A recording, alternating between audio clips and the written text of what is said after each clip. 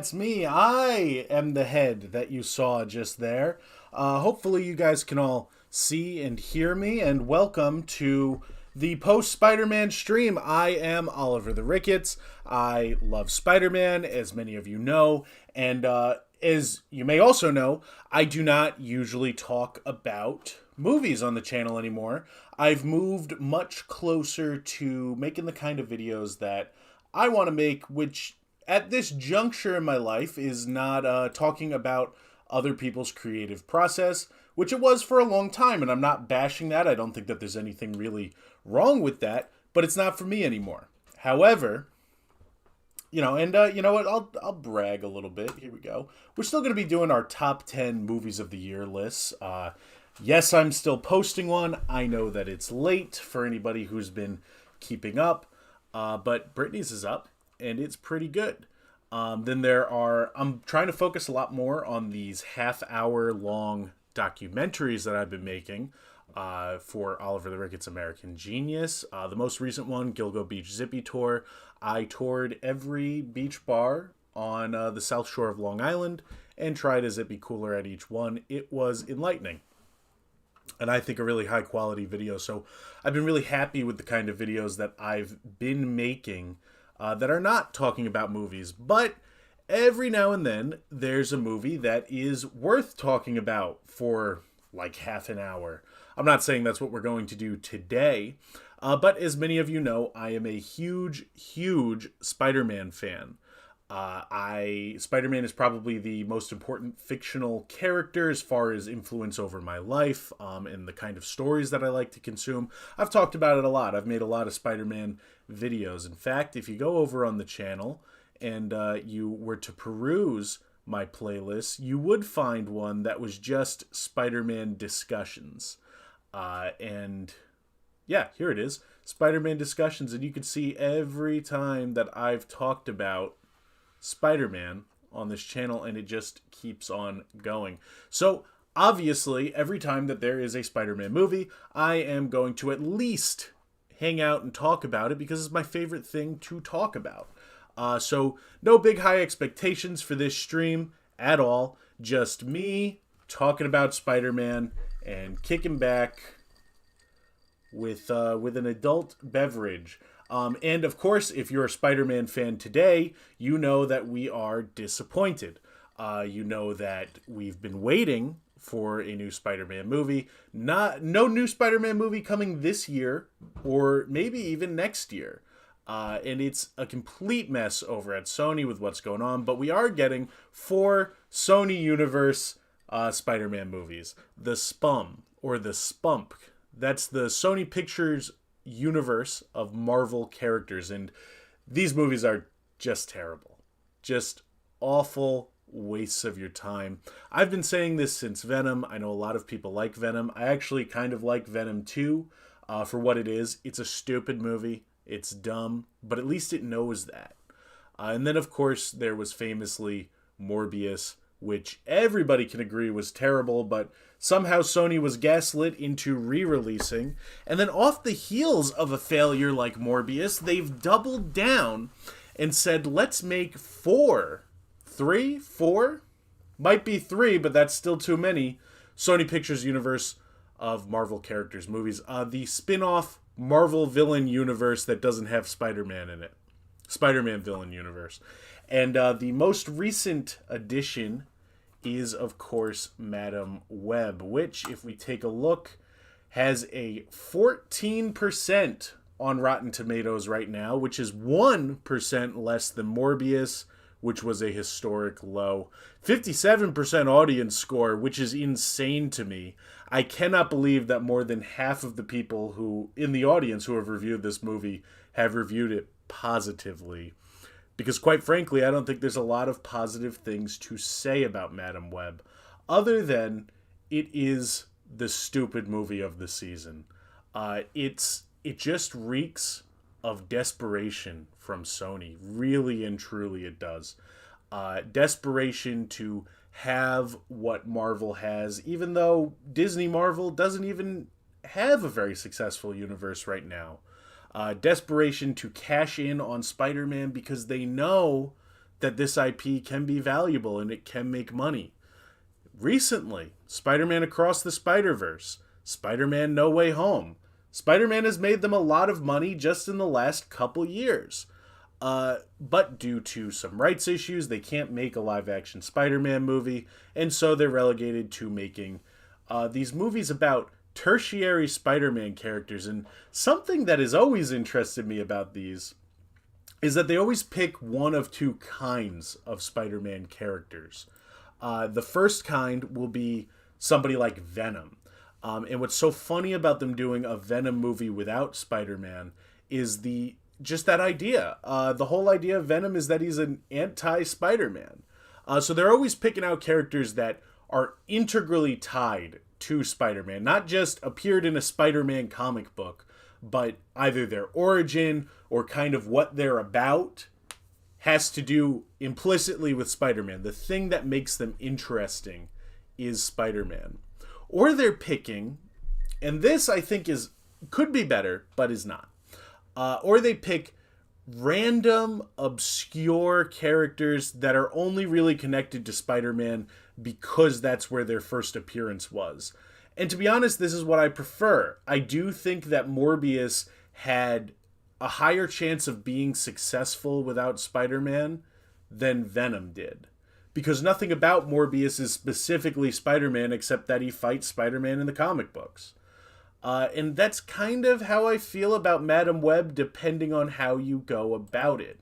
Madam Web could have had nothing to do with Spider-Man, but you know that picking a character with Web in the title, they were going to double down.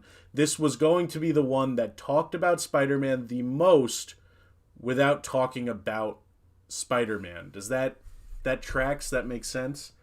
If you've never seen one of my live videos before, we ramble here. We drink and we ramble.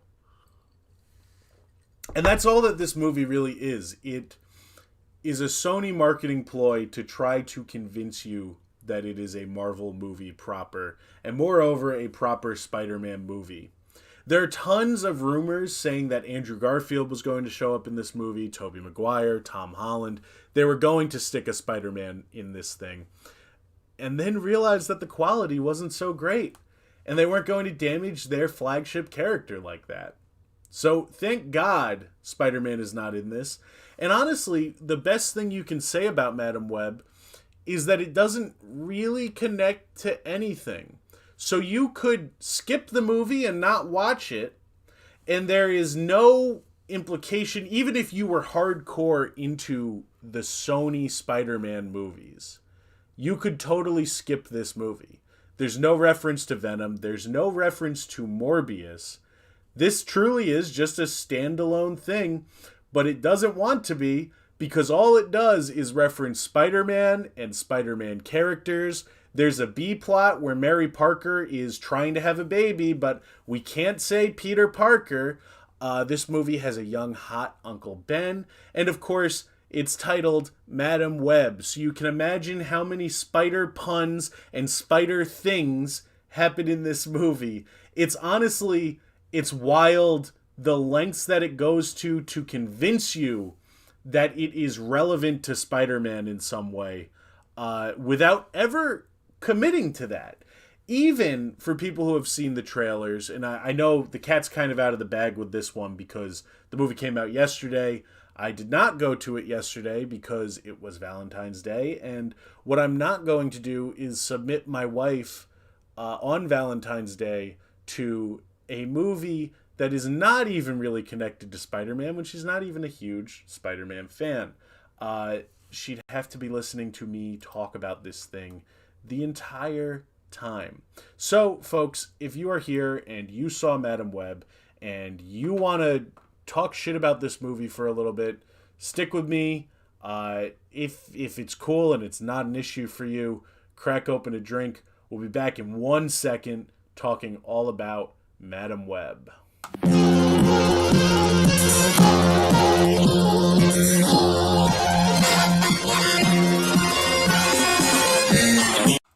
And it's a Hangout stream, and it is a Hangout stream all about Madam Web, folks. And let's start by jumping into this incredibly misleading trailer. And I actually want to watch this trailer on stream because it's wild. The consistent lack of truth in advertising that comes out of Sony.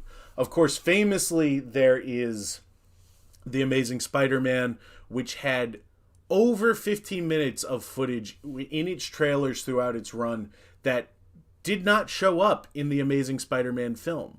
And since that time, nothing has changed. They do two things in their trailers, one of which is show you the end of the movie and show you huge spoilers from the movie. They even did this with Across the Spider-Verse. It's consistent. They also love to show you things that are not actually in the movie. And this is a good mix of both here, actually. So we're going to watch the Madam Web trailer. For me, being somebody who has just seen Madam Web, it's as fresh in my head as it's ever going to be. And that's because I will not remember this movie after I'm done with this stream. Strap in. Let's do this thing. Hey, come on. Get your stuff. Okay. Let's go. So we can already see the abrupt and aggressive cuts just from a character walking into a diner, right? Let's just take a look at that again. Yeah. Come on. Get your stuff. Let's go. And I know some people are going to say, oh, well, that's just because abrupt and aggressive cuts because you're watching a trailer. No. This movie is edited terribly. It is on the level of something like the first Suicide Squad movie, which, if you don't know, is barely a coherent movie because of the way that it's been recut. And you can tell kind of the same thing has happened here with Madam Web. I do feel like this was probably a much different movie, especially with Ben Parker being in the movie and the B plot about baby Peter Parker being born. And the villain literally having spider powers. I'm nearly positive this movie had an entire C plot with Spider-Man. There was more to this than what we actually got. And you can tell that at some point pretty late in the game, they decided we're not doing that anymore. Get rid of it. Recut the movie as coherently as you possibly can. Because what they show you here is pretty close to how this scene and every other scene in this movie is cut. So let's take a look at it again. Okay. Base shot behind. Shot in front. And then she's in the diner. And then they're sitting there at the counter. Come on. And then we cut to Dakota Johnson walking across the diner. Evil Spider-Man comes in. Let's go. Oh, and now she's over here, and all the people that she's with are over there. And that's how this movie is cut. There's no attention to continuity. There is no...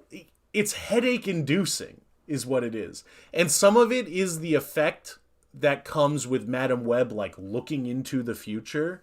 But not all of it. Not all of it. And that effect is annoying as well. So it doesn't even have the main thing that, like, Morbius had going for it. Remember when everybody walked out of Morbius and was like, yeah, that sucked, but like some of the visual effects stylistically were cool. Like when Morbius does that echo thing. The Madam Web superpower effects are so obnoxious and so annoying. I wanted them to stop after the first time they did it. Please continue.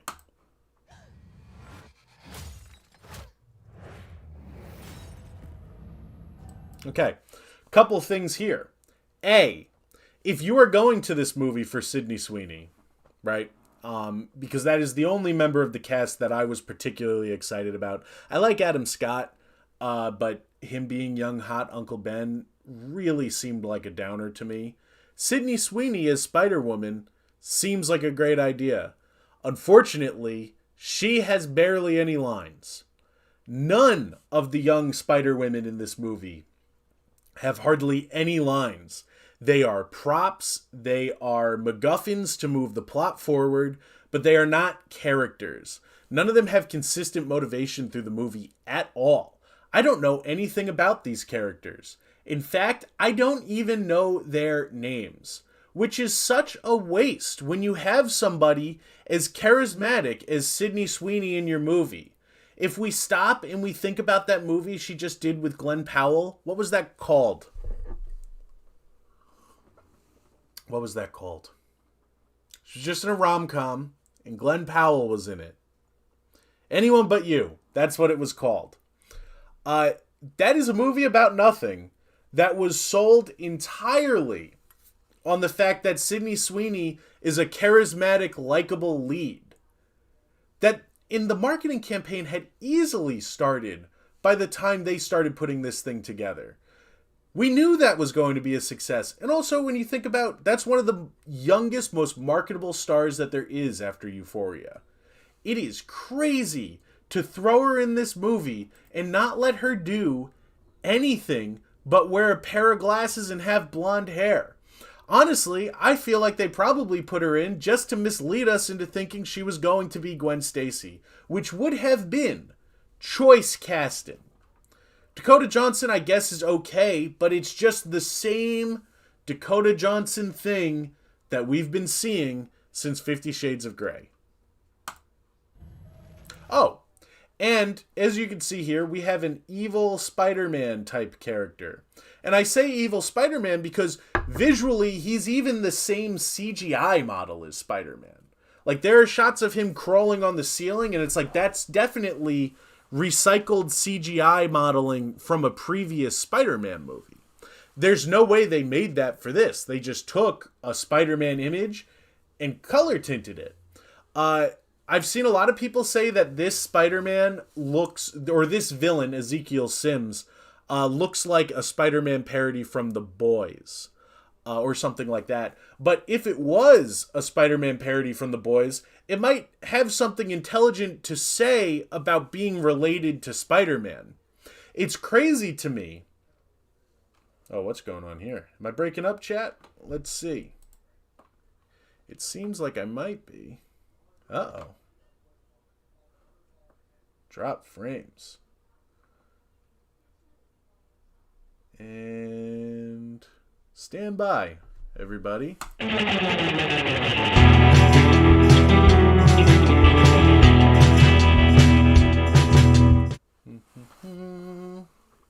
Oh, no. Well, hopefully you guys can still hear me, but stick with me for a second because it looks like we're having some kind of internet problem here, which is not ideal.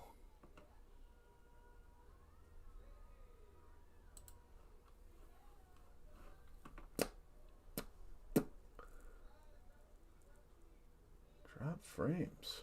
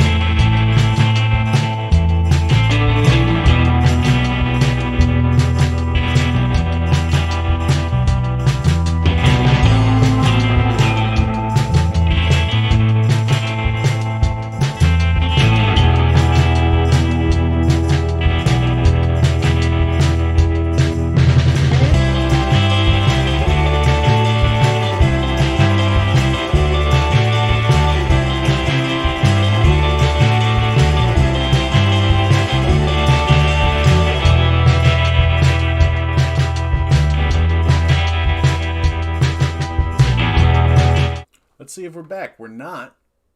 All right, folks, stick with me for 1 second because it looks like I have to do a little bit of stream surgery here.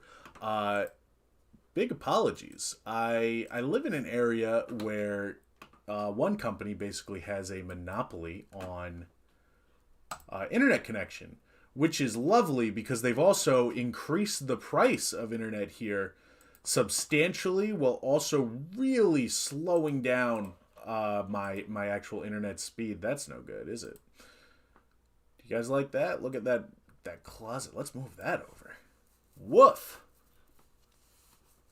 Well, this is the magic of live video, everybody. We may have to cut this one off. which would be really disappointing because Madam Web is crazy. Insane, even. And, okay, that's good. All right. And I'm back. You can see me here. And that's life. This is probably, for somebody who's worked in live video for a long time, I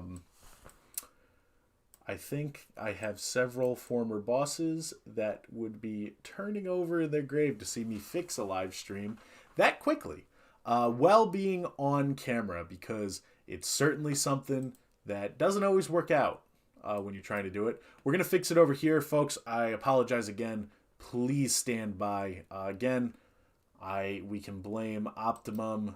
We can blame whoever it is that we want to blame. But at the end of the day, this is just a chill hangout stream. I'm having a drink and I'm talking to you about Spider-Man like a couple of buddies. That's all. And so here we go.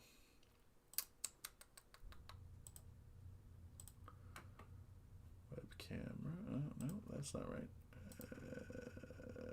Video capture, add existing. Nope.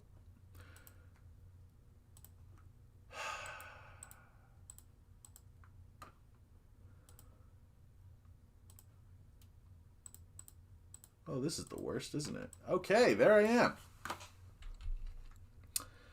But you know what? Life goes on. The world keeps turning. All I want to do is yell about Spider-Man, even if I do have shitty internet.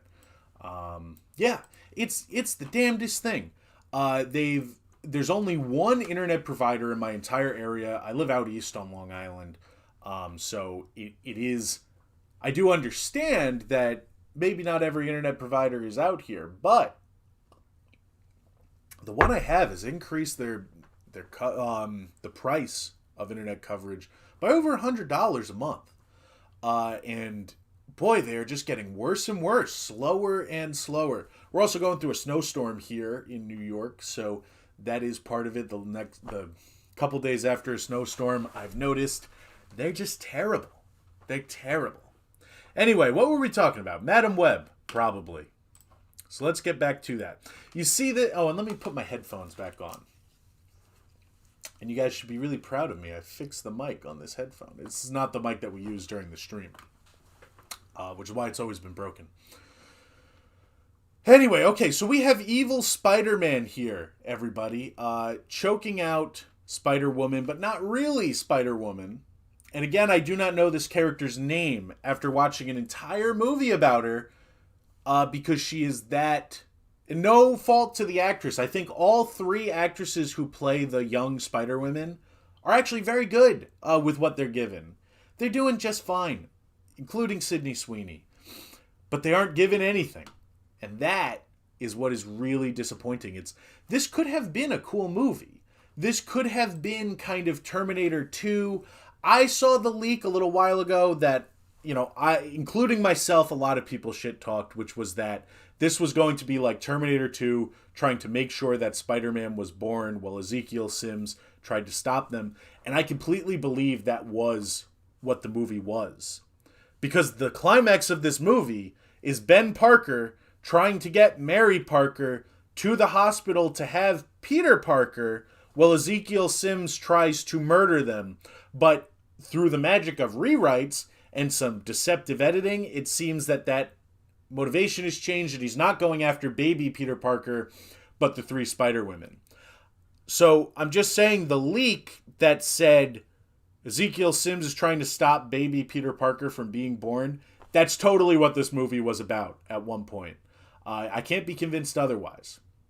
Now, removing Spider-Man from the movie altogether has also made it so that this character here, who some people are saying is like a boys' parody of Spider-Man, but I contend is not, because a boys' parody of Spider-Man would actually reference Spider-Man in some way, instead of saying things from Spider-Man and pretending they weren't connected at all. Boy, these little rants, you just get distracted, don't you? Point being, this is just another character.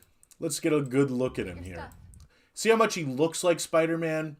And you see how he has Spider-Man's powers of sticking to walls and slinging webs. And he fights like Spider-Man, but he has nothing to do with Spider-Man. He is another guy in the universe who was bit by a spider. Oh no, again? Wow. This is no good. We're frozen again. Unbelievable. Unbelievable. Stick with me for a second. Let's get this fixed. Go to a new port here. And if it happens again, unfortunately, we will have to end the stream, but hopefully that's not the case. Oh, there's me. There's me again. All right. Put me over myself here. This will be that one-time only view, I guess, because I'm not leaving up something with this many mistakes. But you know what? We're here. We're here for a reason, and I will not be steered off course. Could this perhaps be Sony trying to stop me from telling everybody what they already know? Stranger things have happened. All right, hopefully this will be a little bit better. Let's get... Ooh, that's attractive. Let's get rid of that. Let's put me back, everybody. No. All right. Add existing. Where am I? Here I am. Okay. There I am. I'm back. Something's going on with... Maybe I need a new webcam. Maybe it's the internet. Who really knows? We're going to get through this, though, because I have things to say. All right. If another interruption comes, I will have to end the stream, but let's get back into it. This character is just another guy who has spider powers and was bit by a spider and happened to make a skin-tight costume with these huge lenses and two base colors, one of which being red. What a coincidence. And I could almost roll with that if Sony was committed to not having Spider-Man in this universe. But they're not. If we remember the end of Morbius, the Vulture from Spider-Man Homecoming shows up and says to Morbius, this has something to do with Spider-Man. So they're planning on bringing in Spider-Man. Not to mention, this movie, if we want to say this is a standalone universe, this movie is still really insistent on bringing in Peter Parker in some way for a future sequel, because the B-plot, for no reason, by the way, is Peter Parker being born. It never ties into Madam Web or her overall wants and desires. It doesn't tie into any of the Spider-Women, and it doesn't tie into Ezekiel Sims, who is the villain of the movie. It's kind of just in the background of this movie, Peter Parker is being born, and that has no bearing on the rest of the story. It's just so that they in future movies can say, oh, well, we have Spider-Man in this universe as well. Don't you remember he was a baby in that first movie? So I will give them at least, this is the first Sony Pictures universe of Marvel characters, the Spunk movie, where Spider-Man appears as a baby for 2 seconds. But this isn't him. This has nothing to do with him. And that's another disappointing thing with this version of Ezekiel. For people who don't know the comics, Ezekiel is a character from when they were starting to do Spider-Verse stuff. And he was kind of friendly with Peter Parker. He loved Peter Parker. They actually teamed up a couple times against Morlun and some other characters. He is a Spider-Person from another universe, but he believes his purpose in life is to kill Spider-Man and Peter Parker. That's his fate. That's the mission that he's been sent on in the comics. So this is yet another character that fits into that A camp of characters in this universe, which is characters whose whole existence is completely dependent on Peter Parker. That's what Ezekiel is. So this character is Ezekiel in name alone. he is also not Spider-Man. Cannot stress it enough. So let's see. But let's see what he does. Come on.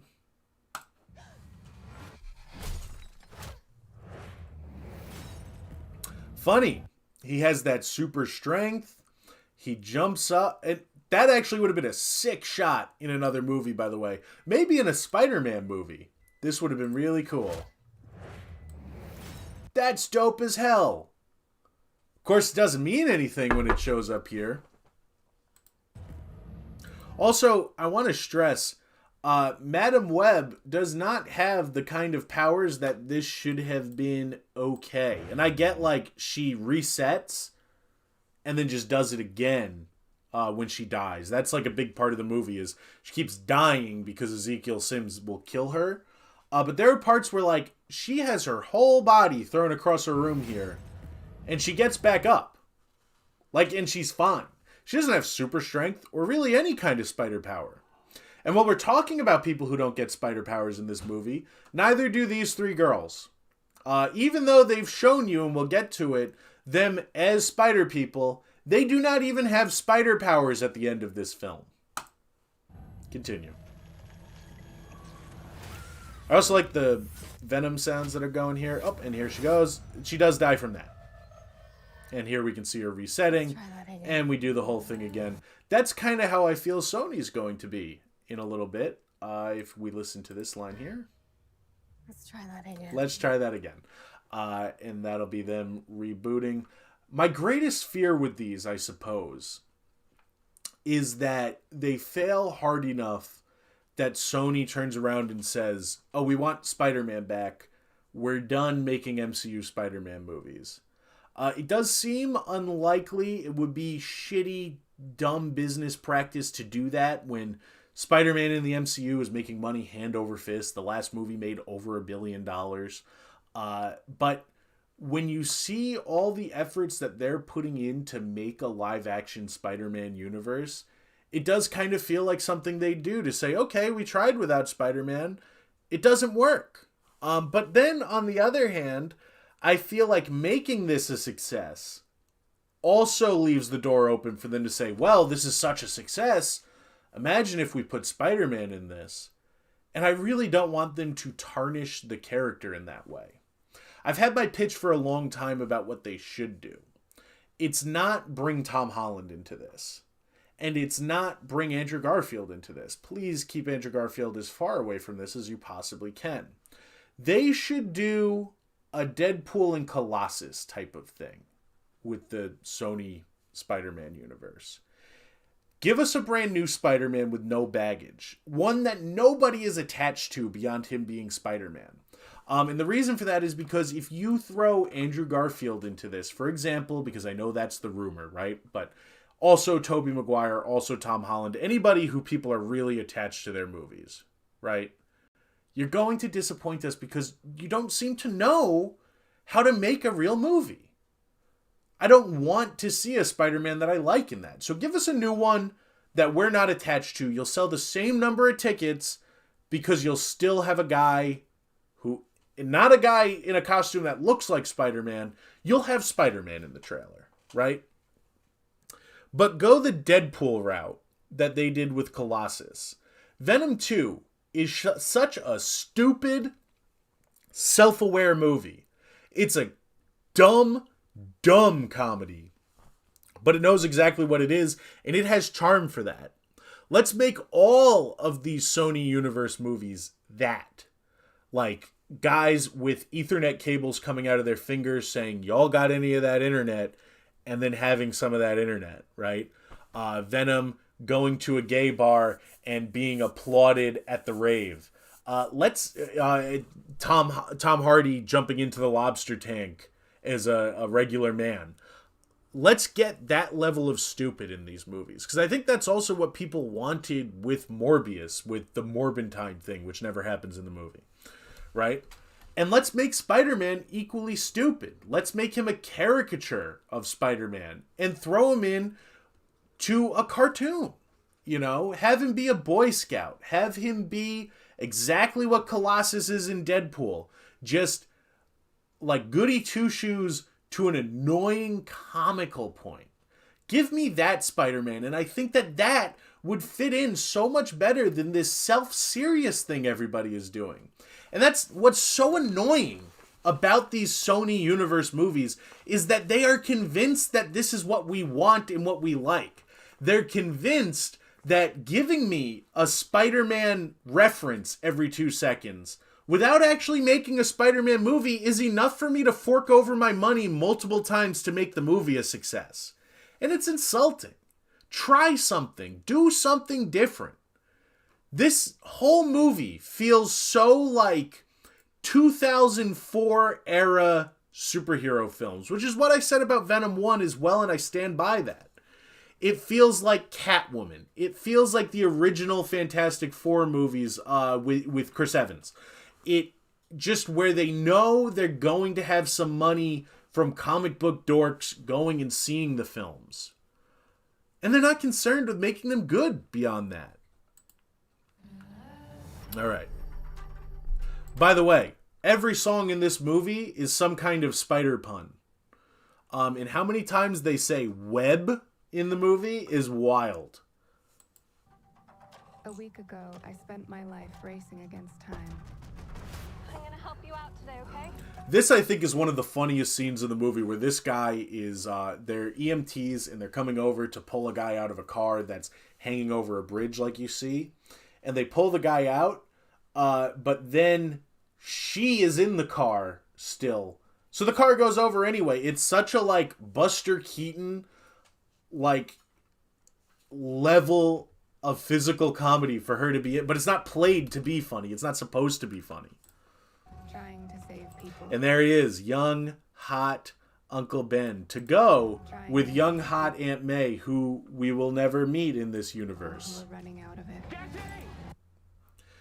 There were so many rumors that he was going to be Uncle Ben, Adam Scott. And I can happily say all those rumors are the truth. And they handle it way worse than you think they do. Within the first 2 minutes of him showing up on screen, he is asked, what do you want to be shot in Queens, Ben Parker? Because, you know, that's what happens in Spider-Man. Ben Parker gets shot in Queens. Some other great parts, there's talk of going to a baby shower for his brother's kid, Richard Parker's kid. But they can't tell us that the kid's name is Peter. And while they're talking about going to the baby shower, Ben says, oh, I'm going to bring my new girlfriend.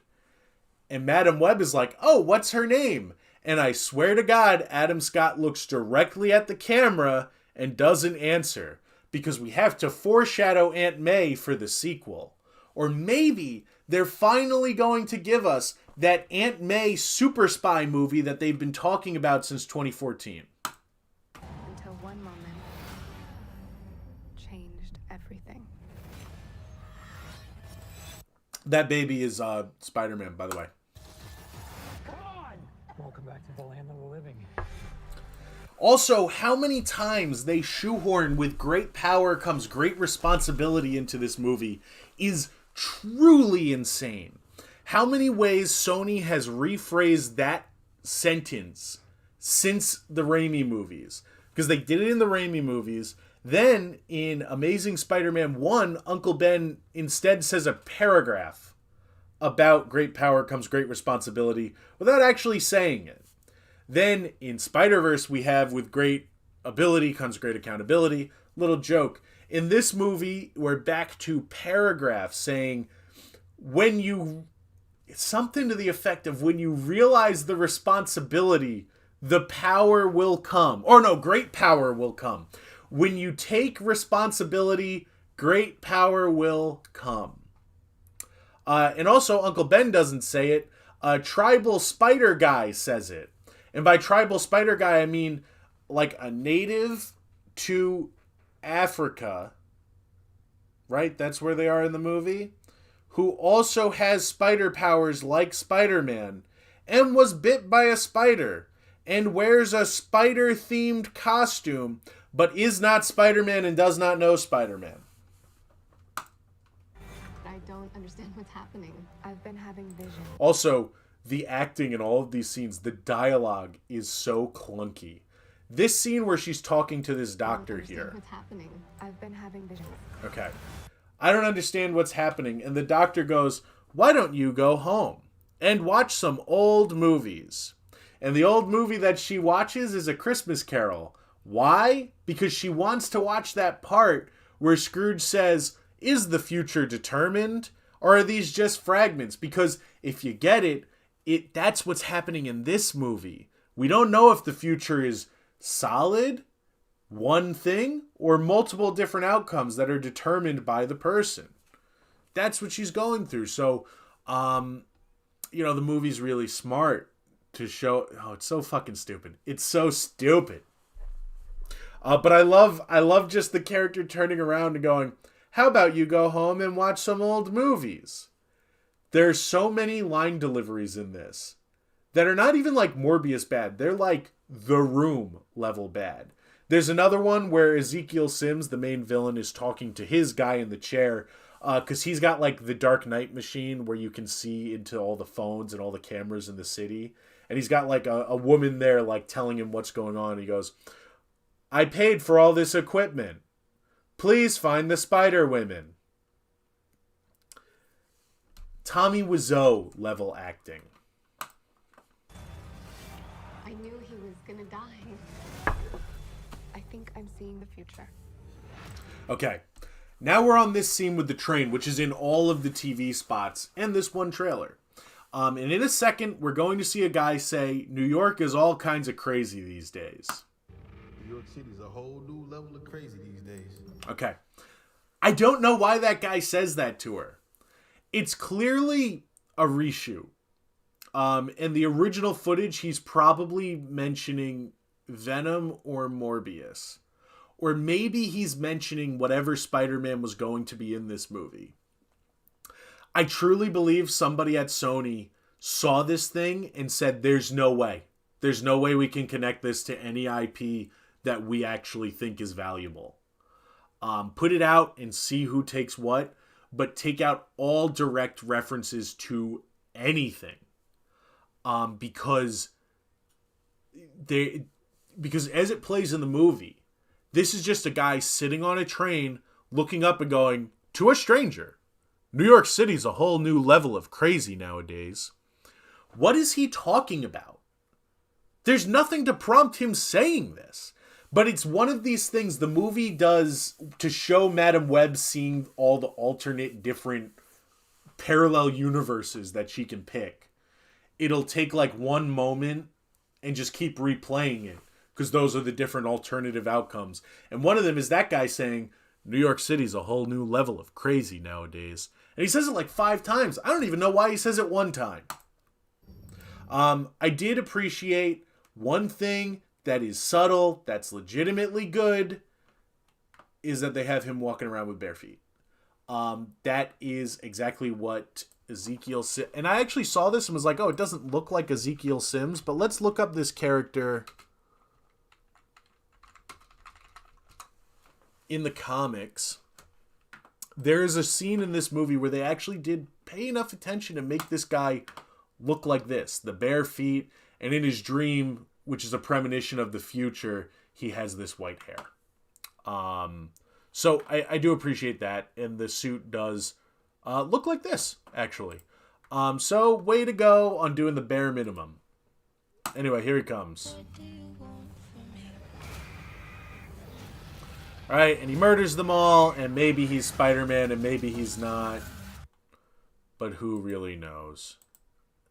Then we have this whole terrible sequence of the girls running from him on the subway and thinking they're running from Dakota Johnson, and the cops trying to arrest Dakota Johnson for being a kitty snatcher, but missing the giant crawling Spider-Man guy on the ceilings of the subway, who is not trying to hide what he's really doing,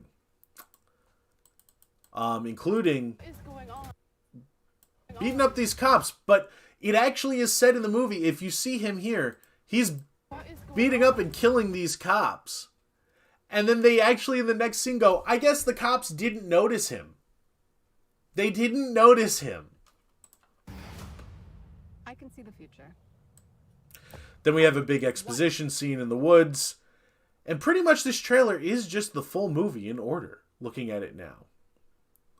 Then we get some scenes explaining the spider research and that this spider, if you can believe it, there is a spider in this movie that gives people superpowers and super strength.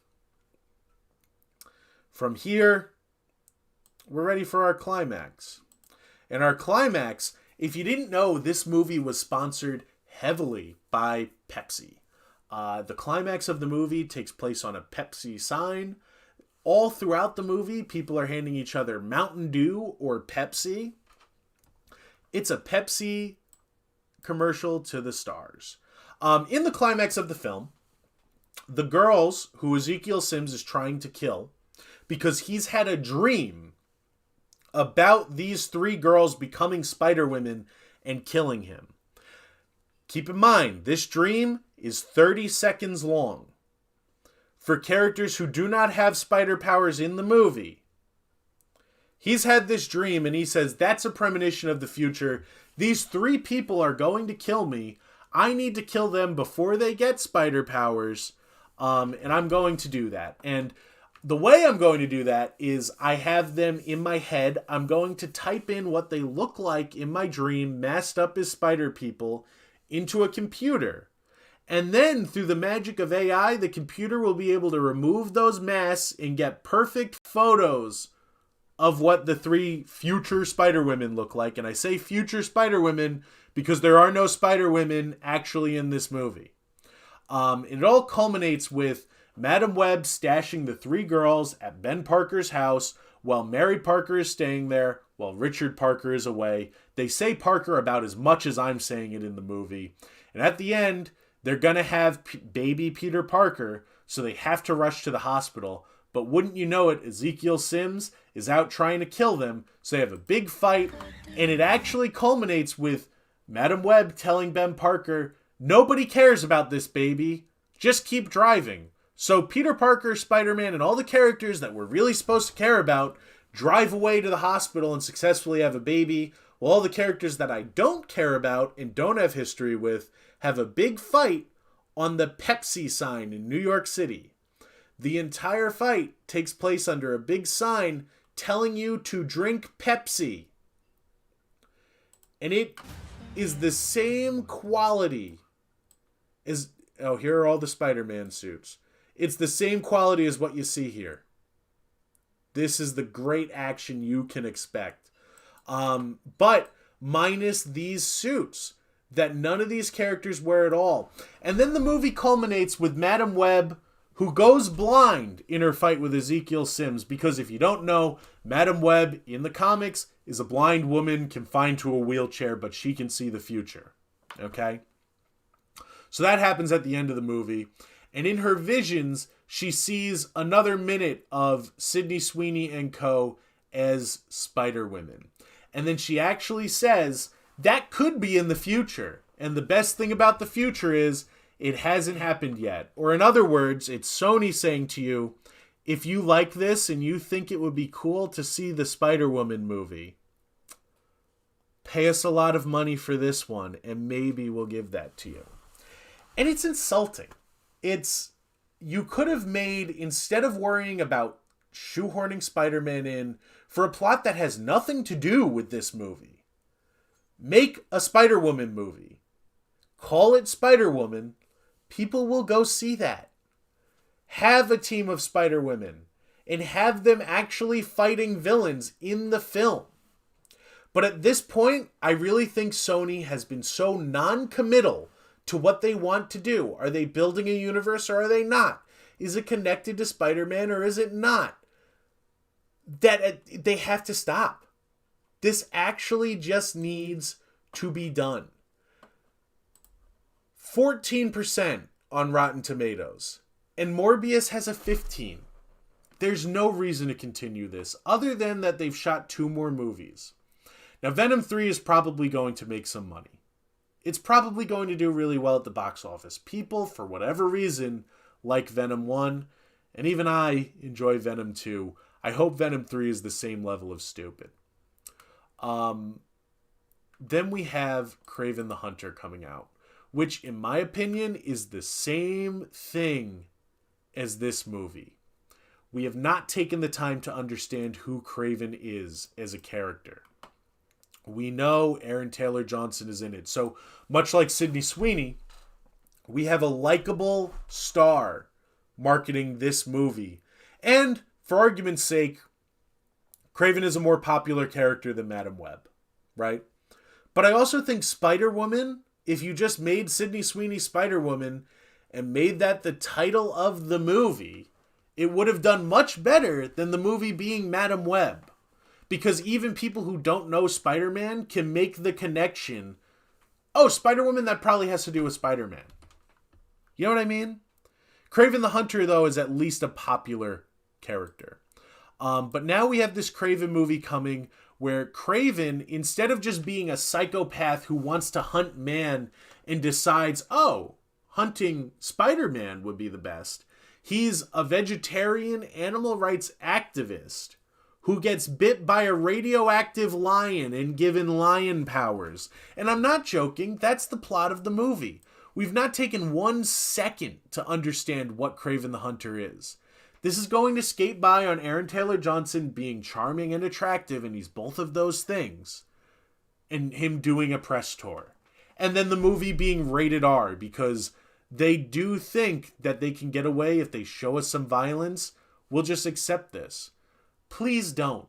Because right now, we're in a great position where maybe the Sony universe of Marvel characters goes away and we stop getting these insulting cash grabs, and Sony instead focuses their efforts on maybe an actual Spider-Man movie. Let's get a live-action Miles Morales Spider-Man going alongside Tom Holland's Peter Parker. That would be wonderful, instead of whatever the hell this is. I have zero interest in a Sinister Six movie that is about the Sinister Six. I have zero interest in an El Muerto movie. I have zero interest in somebody standing there going, oh, you like this shit. Stop giving me this. Madam Web's going to flop. It's a foregone conclusion, right? Morbius flopped terribly. If Kraven can flop too, right? Because I think Venom 3 will be a success. Maybe cooler heads over there will prevail, and they'll say, oh, people don't like this, they just like Venom. That would be the best. And I think I'll leave us with that notion there. It's not disappointing because it's expected. You know? And it's unfortunate that Spider-Man is like my favorite thing. My favorite thing ever. And the dribble that's coming out in between quality Spider-Man stuff is this bad. It's not bad on like an Ant-Man Quantumania level where it's like, that was disappointing, but I see what happened. This is bad on every level. There's no intelligent thought or respect for the property going into this. They know Spider-Man's a cash cow, and that's what they want, and they don't want to learn anything else about the character beyond that. So, listen. If you agree with what I'm saying here, or you just like hearing me talk and ramble about Spider-Man, I can't imagine you found this one relaxing, but maybe you did. I don't know your life. Hey, feel free to subscribe to this channel. While I don't do a lot of movie talk anymore, I do stream about Spider-Man pretty frequently. In the meantime, I also make a lot of other content, including my documentary series, Oliver the Ricketts American Genius, which is all about little everyday minutia. Every year I also do a top 10 movies of the year list, and I make interesting videos that I think you should watch. Look at all this stuff. I promise you the production value is high, and the passion and the work going into it is even higher. So give the video a like, give it a subscribe. Please don't go see Madam Web. Find another avenue to see it. Streaming, I guess. And folks, thank you so much for watching and sticking with me if you have at all today. I'm Oliver the Ricketts. I love Spider-Man. I hated Madam Web. And I will talk to you all at a later date.